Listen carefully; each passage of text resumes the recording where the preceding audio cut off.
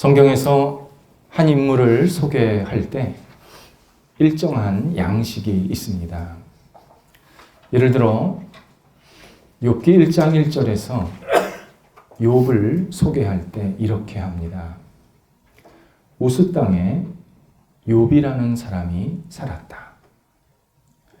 우스는 지금의 이스라엘 동편에 있는 요르단의 도시의 이름입니다. 욥은 비유대인 그리고 예루살렘 중심으로 외곽 변방에 살고 있었던 작은 도시 시민이었다. 이것을 알려주고 있습니다. 성경이 한 사람을 소개할 때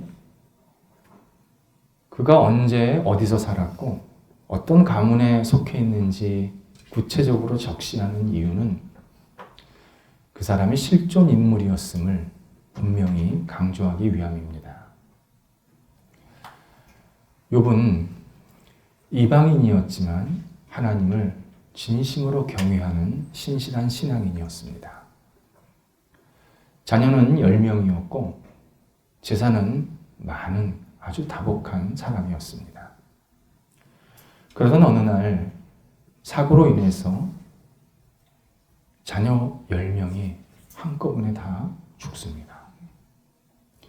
그 많던 재산이 순식간에 사라집니다. 나아가 자기는 치료될 수 없는 병에 걸려서 신음하며 고통 속에 빠집니다. 그런 남편을 아내는 저주하면서 곁을 떠납니다. 하지만 욥은 하나님을 믿는 믿음과 인내로서 자신에게 당한 그 큰 고난을 잘 극복하게 되었습니다. 이러다 보니 적지 않은 사람들이 어떻게 이렇게 한 사람에게 엄청난 일들이 연달아 일어나는가? 그리고 어떻게 이 사람은 그러한 고난을 잘 극복할 수 있는가? 이건 비현실적이다. 욥은 상상 속의 인물이다. 성경이 우리가 고난을 이겨내야 된다는 것을 알려주기 위해서 가상의 인물을 세워놓고 그냥 설명한 것뿐이다. 이렇게 생각을 하곤 했습니다. 지금도 그렇게 생각하는 사람들이 많습니다. 하지만 성경은 분명합니다. 욥은 우리와 똑같은 성정을 가진 사람이었습니다. 그리고 우리는 누구도 욥이 될 수 있습니다. 나는 욥이 아니야. 아니요. 나도 욥이 될 수 있습니다. 뿐만 아니라 욥처럼 하나님 안에서 이러한 고난들을 충분히 극복할 수도 있습니다. 성경은 이 사실을 계속 우리들한테 알려주고 계십니다. 그래서 구체적으로 그가 언제 어떻게 살았다. 우리에게 강조하고 계십니다. 오늘 본문에서 요한이 또 다른 요한을 소개합니다. 요한복음을 저술한 요한은 예수님을 3년 동안 따라다녔고 훗날 복음을 사람들에게 증거한 전도자가 되었습니다. 그래서 그를 사도 요한이라고 이름을 부릅니다. 사도 요한이 소개하는 요한은 예수님의 친척입니다. 그리고 예수님을 세상에 처음으로 구원자라고 소개한 인물입니다. 사람들이 예수님이 구원자구나라는 것을 처음 알게 한 사람이 요한입니다. 요한은 사람들에게 회개해야 한다. 회개해야 한다. 간곡하게 요청했습니다. 그래서 많은 사람들이 회개를 하면 당신은 죄를 용서받았습니다. 하나님 안에서. 이런 의미로 세례를 베풀게 됩니다. 그래서 그를 세례 요한이라고 부르게 되었습니다. 요한복음 시작을 시간과 공간을 초월하신 예수 그리스도, 진리이신 예수 그리스도, 세상에 진정한 생명과 빛을 주러 오신 예수 그리스도에 대해서 설명을 했습니다. 그런데 갑자기 요한복음이 세례 요한에 대해서 설명을 시작합니다. 우리의 시선을 세례 요한에게 집중하게 만듭니다. 이유가 있습니다. 세례 요한이 예수님을 세상의 구원자로 소개할 때 중요한 역할을 했고 그가 했던 말은 굉장히 핵심적인 내용입니다. 바로 우리도 그렇게 역할을 해야 하고 할 수 있다는 겁니다. 그리고 세례 요한이 말한 것처럼 우리도 똑같이 예수님에 대해서 핵심적인 내용을 말해야 한다. 이것을 오늘 본문에서 우리에게 강하게 말씀하고 계십니다. 요한복음 오늘 본문에서 세례 요한을 크게 두 부분으로 나눠서 설명하고 있습니다. 하나는 6절에서 세례 요한은 하나님께 보냄을 받았다. 이렇게 설명합니다. 하나님께서 세례 요한을 직접 보내셨다. 뿐만 아니라 세례 요한이 이 땅을 살아갈 수 있는 목적과 의미를 받아서 이 땅에서 활동을, 사역을 잘했다. 이런 모든 내용이 포함되어 있는 그런 설명입니다. 세례 요한은 본인이 이 땅에 살아가야 할 목적을 분명히 알았습니다. 하나님은 신앙인이든 비신앙인이든 모든 사람에게 삶의 목적과 의미를 분명히 주고 세상에 살게 하십니다. 하지만 예수를 믿으면서도 일부 신앙인들, 그리고 예수를 믿지 않는 대부분의 비신앙인들은 나는 삶의 목적을 알지 못해 한탄합니다. 또는 삶의 목적을 잘못 잡고 평생 엉뚱한 목적을 잡고 거기에 집착하다가 후회하는 모습들을 종종 목격하게 됩니다. 하나님께서 우리에게 주신 삶의 목적은 분명합니다. 예수 그리스도를 믿고 그분의 이름을 드러내고 그분의 이름을 전하는 것. 이것이 모든 사람의 목적입니다. 이건 예수 믿는 사람만의 목적이 아니라 예수 믿지 않는 사람도 그렇게 살아야 된다는 겁니다. 인간은 그렇게 살 때 하나님께서 진정한 기쁨과 감사를 누리게 하신다는 겁니다. 세례 요한의 삶의 목적도 바로 그것이었고, 우리가 지금 앉아있는 내 삶, 또 내가 낳는 앞으로 자녀가 있던 또는 우리 주변의 가족들 다 마찬가지입니다. 각자 하는 역할들 그리고 구체적인 일들은 다 조금씩 다릅니다. 하지만 우리의 궁극적인 삶의 목적은 하나입니다.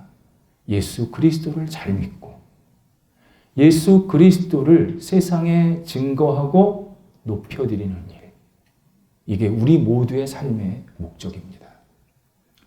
이런 삶의 목적을 분명히 깨달은 사람은 세 가지의 능력을 갖추며 살게 됩니다. 첫 번째는 참여입니다. 하나님은 우리들에게 세상 일에 다양하게 참여할 수 있도록 능력과 재능을 주셨습니다. 내가 가지고 있는 재능과 능력, 내 배배부라고 하나님이 주신 거 아닙니다. 우리가 잘 생각해야 될 게 이 재능과 능력을 내가 만들었다고 생각하면 큰 착각입니다. 똑같이 공부를 하는데도요, 한 번 읽으면 외우는 사람이 있습니다. 자기가 그걸 자기가 만들었습니까? 아닙니다. 분명히 받은 겁니다. 운동을 하더라도 건강하게 운동 잘하는 사람이 있습니다. 받은 겁니다. 하나님은 우리가 세상 일에 참여할 수 있도록 다양한 재능을 주셨습니다. 그런데 적지 않은 사람들이 세상 일에 참여하는 것을 굉장히 꺼려합니다. 난 거기에 관심 없습니다. 나 그거 싫습니다. 나한테는 그거 맞지 않는 일입니다. 이러면서 자꾸 외면하고 멀리 하려고 하는 경향이 있습니다. 특히 요즘 우리 시대의 젊은 세대들을 이런 모습이 두드러지게 나타나고 있습니다. 그렇게 힘든 거 내가 왜 해요? 돈 돼요? 저는요, 쉽게 일하고 적게 일하고 돈 많이 벌 겁니다. 세상에 쉽게 적게 일하고 돈 많이 버는 사람은 없습니다. 그 남 속이는 일을 하면 그런 일을 할 수도 있죠. 그러나 그 결과는 비참한 겁니다. 열심히 일해야 물질이 생기는 게 맞는 겁니다. 내가 하고 싶은 일만 하고 산 사람, 그 사람이 삶의 의미와 기쁨을 누리는 것을 제가 못 보았습니다.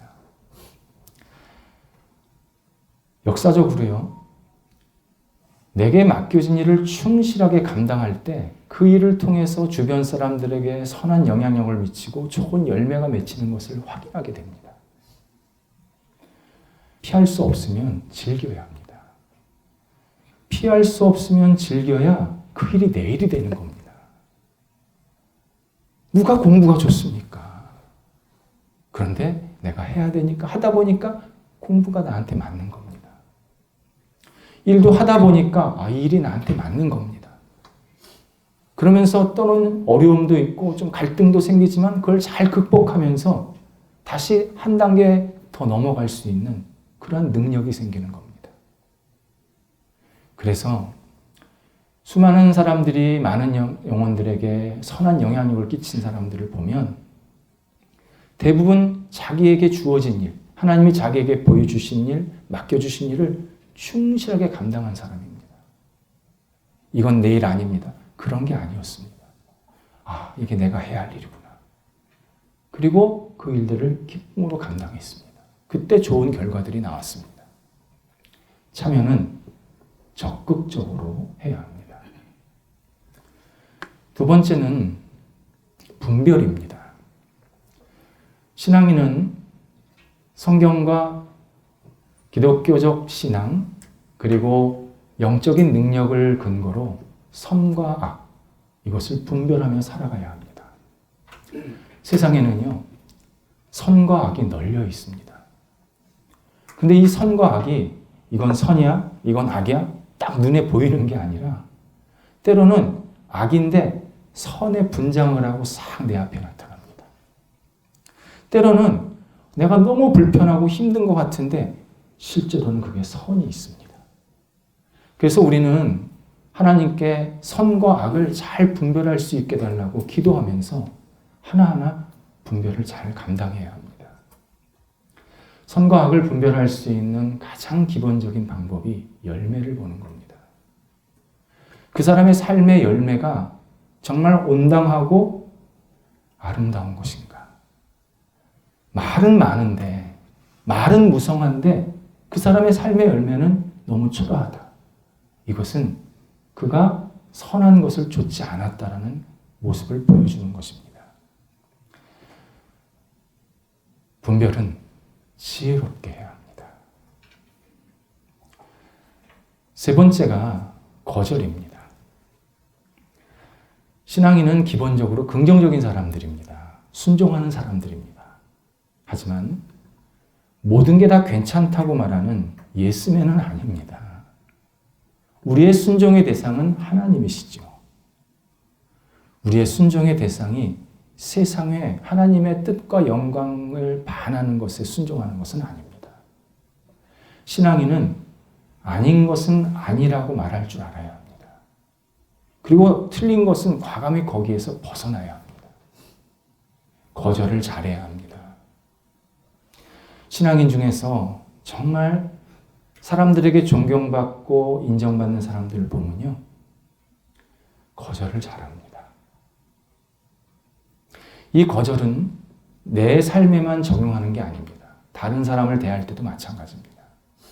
상대방이 영적으로 혼란스럽게 살고 잘못된 생활을 계속 가고 있는데 괜찮아요, 괜찮아요. 이렇게 말하는 것은 그를 더 잘못되게 만드는 겁니다. 당연히 신앙인은 다른 사람을 위로하고 격려하는 사람들입니다. 신앙인 만나면 위로를 많이 받습니다. 그런데 잘못된 행동, 잘못된 생활을 하는 사람을 격려한다? 그건 무책임한 겁니다. 그 길 아닙니다. 그 길로 가시면 끝이 낭떠러집니다. 분명하게 말할 줄 알아야 합니다. 거절해 줄 줄 알아야 합니다. 거절은 용기 있게 해야 합니다. 두 번째 요한복음에서 세례 요한에 대해서 설명하는 것이 7절, 8절에 나옵니다. 요한은 빛이 아니다. 그 빛을 증언하러 온 사람이다. 이렇게 설명하고 계십니다. 인간적으로 세례 요한은 당시 사람들에게 대단한 존경과 칭찬을 받았던 사람이고 인기가 많았던 사람입니다. 우리 요즘 말로 핵인싸였습니다.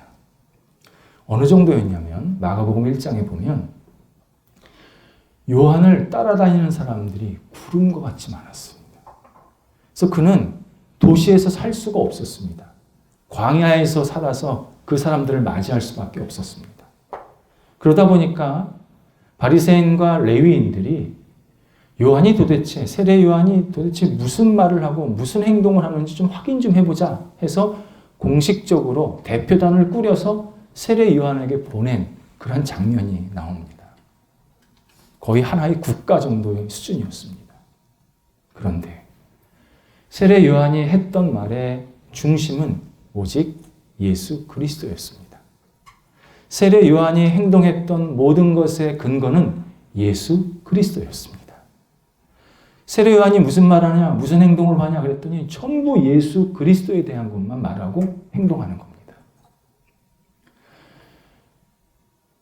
누가복음 16장 16절에 의하면 세례 요한이 구약 성경에 구원자가 이 땅에 오실 것이라고 예언이 계속 나오는데 그 예언을 이어받은 마지막 선지자라고 말씀하십니다. 곧 구약 성경을 마무리한 선지자였습니다. 동시에 그 구원자가 실제로 세상에 오셨다, 이 땅에 오셨다라는 것을 사람들에게 알려준 첫 번째 선지자였습니다. 곧 신약의 시대를 활짝 열어젖힌 처음 선지자였습니다. 세례 요한의 삶의 주제는 오직 예수 그리스도였습니다. 예수 그리스도가 세상에 오실 것이다. 예수 그리스도가 세상에 오셨다. 오직 모든 것이 예수 그리스도만을 나타냈습니다. 그래서 예수님께서 마태복음 11장 11절에서 천국에서 세례 요한만큼, 그러니까 여성이 낳은 아들 중에서 세례 요한만큼 큰 자가 없다. 세례 요한이 제일 크다. 그렇게 말씀하셨고, 동시에 아주 놀라운 말씀을 하나 또 하시는데, 천국에 들어간 사람은 세례 요한만큼 크다. 이 말씀 굉장히 중요합니다. 천국에 들어가는 사람은요, 오직 예수 그리스도가 영혼의 중심에 있고 예수 그리스도 중심으로 살고 예수 그리스도가 내 삶의 주제가 된 사람이라는 겁니다. 내가 예수를 믿으면서 내 삶의 대화가, 내 삶의 주제가, 내 생각의 중심이 돈, 명예, 자녀, 육체적 건강 아니라는 겁니다. 우리는 자꾸 착각을 해요. 예수 믿으면 다 끝났다. 아니요. 예수 믿으면 그분이 더 내 영혼의 삶의 주제가 되고 중심이 되어야 합니다. 그래야 내가 천국에 간다는 것이고, 천국에 간 사람은 그래서 세례 요한만큼 크다. 예수님께서 이렇게 말씀하십니다. 만약 내 삶의 중심에, 주제에 예수 그리스도가 비껴가 있다면 다시 우리는 예수 그리스도 중심으로 그분께 집중할 필요가 있습니다. 다시 우리에게 기회를 주고 계시는 겁니다. 세례 요한은 오직 예수 그리스도만을 사람들에게 증언했습니다. 예수 그리스도의 증인이었습니다. 증인은요, 어떤 사실을 만들거나 없애는 사람이 아닙니다. 자기가 경험한 사실을 그대로 사람들에게 전달할 뿐입니다. 구원에 대한 모든 사역을 예수 그리스도께서 다 이루셨습니다. 그 예수 그리스도를 우리는 사람들에 그대로 전달하는 것 뿐입니다. 그게 증인의 역할입니다. 내가 뭘 사람들에게 구원을 줄 수도 있고 내가 무슨 구원의 일은 이렇게 되는 거다 설명할 수가 없습니다. 그냥 예수님이 하신 일을 우리는 그대로 사람들에게 전달할 뿐입니다. 그런 의미에서 세례 요한이 증언했다. 예수 그리스도를 증언했다. 이 표현은 굉장히 중요합니다. 마태복음 3장, 마가복음 1장, 누가복음 3장에서 똑같은 상황에서 곧 세례 요한이 사람들에게 예수님을 소개한다. 이 똑같은 표현을 쓰는데 뭐라고 단어가 나오냐면 전파했다라고 표현되어 있습니다. 근데 요한복음에는 증언했다라고 표현되어 있습니다. 전파라는 것은요, 확장시켰다의 방점이 있습니다. 증언했다라는 것은 전혀 다른 뜻입니다. 분명하고 책임있고 확실한 내용을 사람들에게 전달했다는 겁니다. 증언했다는 겁니다. 예수 그리스도를 믿으면 모든 사람들이 구원을 받고 하나님의 자녀가 되는 것은 불변의 진리요 진실입니다. 이것을 분명하게 사람들에게 전달했습니다. 이것이 증언의 의미입니다. 그런데 증언이라고 할 때 이 증언의 표현을, 그 대상을 좀 잘 생각해 볼 필요가 있습니다. 내가 예수 믿는 사람으로 바르게 사는 것과 예수님을 증언하는 것은 전혀 다른 차원입니다. 가끔 신앙인들이 이 두 개를 같이 보기 때문에 주변에 선한 열매가 안 맺힐 수가 있습니다. 예를 들어서요, 병원에서 내가 한 의사에게 치료를 받아서 깨끗이 몸이 나아졌습니다. 그때 내 건강한 몸을 주변 사람들한테 보여주면서 내가 이렇게 건강해졌어?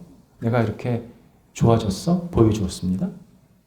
근데 이게 예수님 그 의사를 소개하는 것은 아닙니다.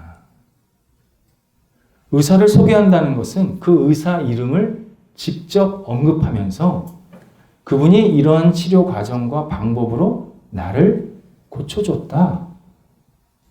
그분의 이름을 직접 얘기하는 겁니다. 그게 증언입니다.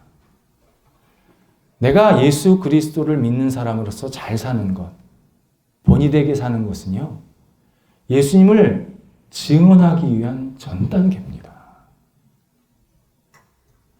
내가 잘 사는 게 예수님을 증언하는 게 아닙니다. 예수님을 직접 사람들한테 전하는 게 증언입니다. 이 부분에서 자꾸 우리가 막히는 겁니다. 나를 사랑하시고, 나를 구원해 주시고, 나에게 찾아오시고, 내 생활을 이렇게 변화시켜 주신 예수님을 다른 사람에게 그대로 얘기하는 게 그게 증언입니다. 하나님은 우리가 예수 그리스도를 다른 사람들에게 증언할 수 있도록 다양한 신앙 이야기들을 주셨습니다. 우리에게. 이 이야기는 꼭 성공한 이야기만이 아닙니다. 우리는 꼭 다른 사람이 예수님을 전할 때 성공한 이야기를 들으면서 나도 좀 저렇게 얘기하고 싶은데 아닙니다. 실패한 이야기, 잘못한 이야기. 그런데 하나님께서 나를 다시 회복시키시고 다시 평안을 주셨던 그런 이야기들이 우리의 삶에는 얼마나 많은지 모릅니다. 그 일을 예수 그리스도의 이름을 전하면서 같이 전할 때 그때 그것이 진짜 증언하는 삶이 되는 겁니다. 그렇다면 어떻게 하면 지혜롭게 다른 사람에게 예수님을 증언할 수 있을까? 이것을 생각해 볼 필요가 있습니다. 제 경험을 말씀드리려고 합니다. 제가 한때 생활하면서 지었던 죄와 죄책감 때문에 너무 힘들어한 적이 있습니다. 제 영이 정말 주눅이 들어 있었습니다. 마음에 기쁨이 없었습니다. 그런데 예수 그리스도의 십자가의 사건이 제 마음, 제 영혼 중심에 가득히 들어오기 시작하셨습니다. 십자가에 죽으신 예수님이 내 죄를 그 어떤 죄라도 다시 털어버리고 없애시고 눈처럼 하얗게 만드시고 일어나라고 하시는 큰 힘으로 제 영혼 속에 다가왔습니다. 제가 그것을 깨닫고 깊이 받아들였습니다. 또 제게는 거의 한 3년? 삶의 목적에 대해서 굉장히 고민이 많았습니다. 노래 가사에 내일 뭐 하지? 내일 뭐 하지? 그게 완전히 진짜 제 가사였어요. 그때는 그 노래가 안 나왔지만 완전 제 가사였습니다. 나 내일 뭐 하지? 나 10년 있다 어떻게 되는 거지? 난 20년 있다가 그냥 이런 모습으로 계속 살아야 되는 건가? 막 고민을 할 때 하나님께서 예수 그리스도를 전하는 전도자로 저를 부르셨습니다.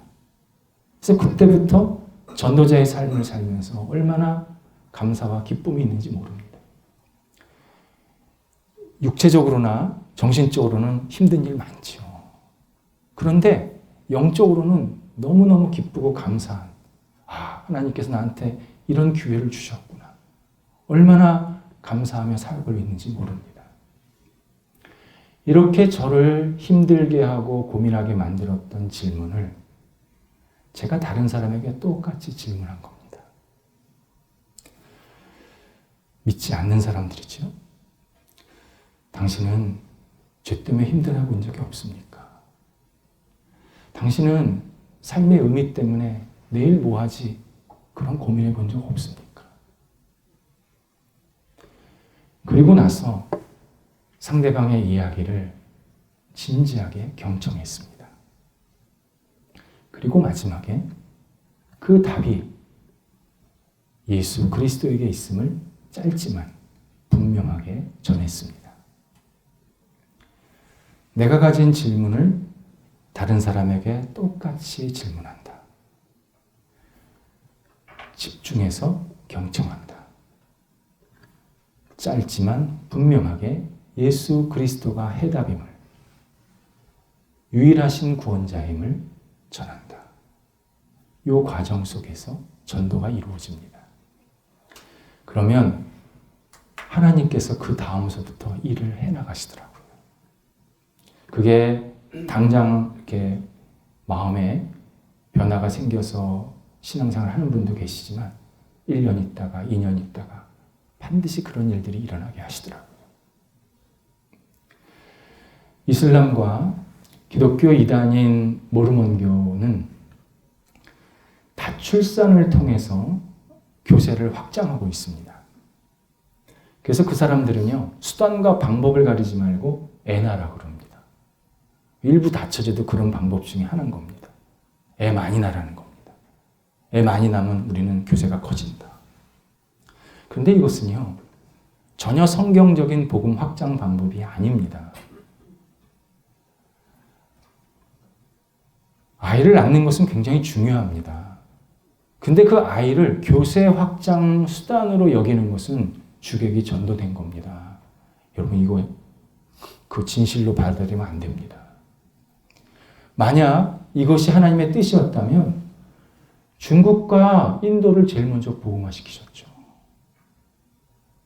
역사에서 보면요, 소수의 종교개혁자들, 소수의 청교도인들, 소수의 신실한 믿음의 사람들과 그 모임들을 통해서 계속 복음이 확장되게 하셨습니다.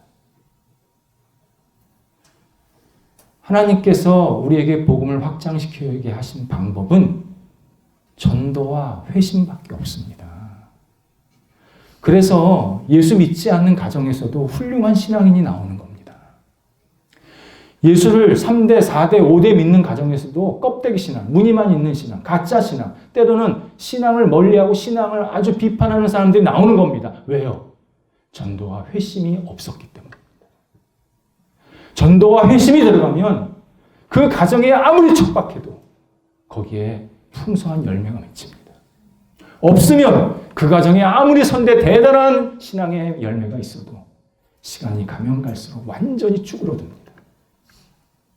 전도는 우리가 하는 일이고 회심은 하나님이 하시는 일입니다. 당연히 우리가 예수 그리스도의 증언자가 될 수밖에 없습니다. 창세기 11장에서 하나님께서 아브라함에게 너는 모든 민족에게 복이 될 것이다 약속하십니다. 마태복음 28장에서 예수님께서 제자들에게 모든 족속을 제자로 삼으라 말씀하십니다. 기독교 신앙은요, 태생적으로 세계화의 유전자를 가지고 있습니다. 우리는 세계화, 지금 경제, 디지털, 정보의 세계화가 이루어졌지만 실제로 세계화를 제일 먼저 시작한 사람들, 그리고 이룬 사람들은 그리스도인들입니다. 당연히 우리도 복음의 세계화를 위해서 귀한 역할을 감당해야 합니다. 복음의 세계화를 성공하는 방법은 딱 하나입니다. 내가 예수 믿는 대로 살고 그 예수님을 사람들에게 증언한다. 이 방법밖에 없습니다. 요한은 빛이 아니다. 그는 그 빛을 증언하러 온 사람이다. 이 말씀이 우리들에게 이루어져야 합니다. 기도하겠습니다. 하나님, 오직 예수 그리스도가 저희 영혼과 삶에서 살아나 많은 사람들에게 증언되게 하여 주시옵소서. 저희가 통로되게 하여 주옵소서. 저희를 통해서 예수 그리스도가 유일한 구원자이심을 세상에 널리 전하도록 인도하여 주시옵소서. 하나님, 우리는 낮추시고 하나님은 높아지옵소서. 우리는 사라지게 하시고 예수 그리스도는 드러나 주시옵소서.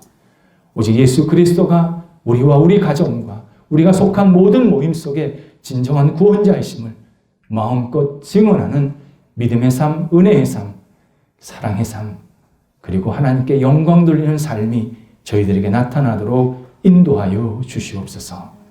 예수님의 이름으로 기도드립니다. 아멘.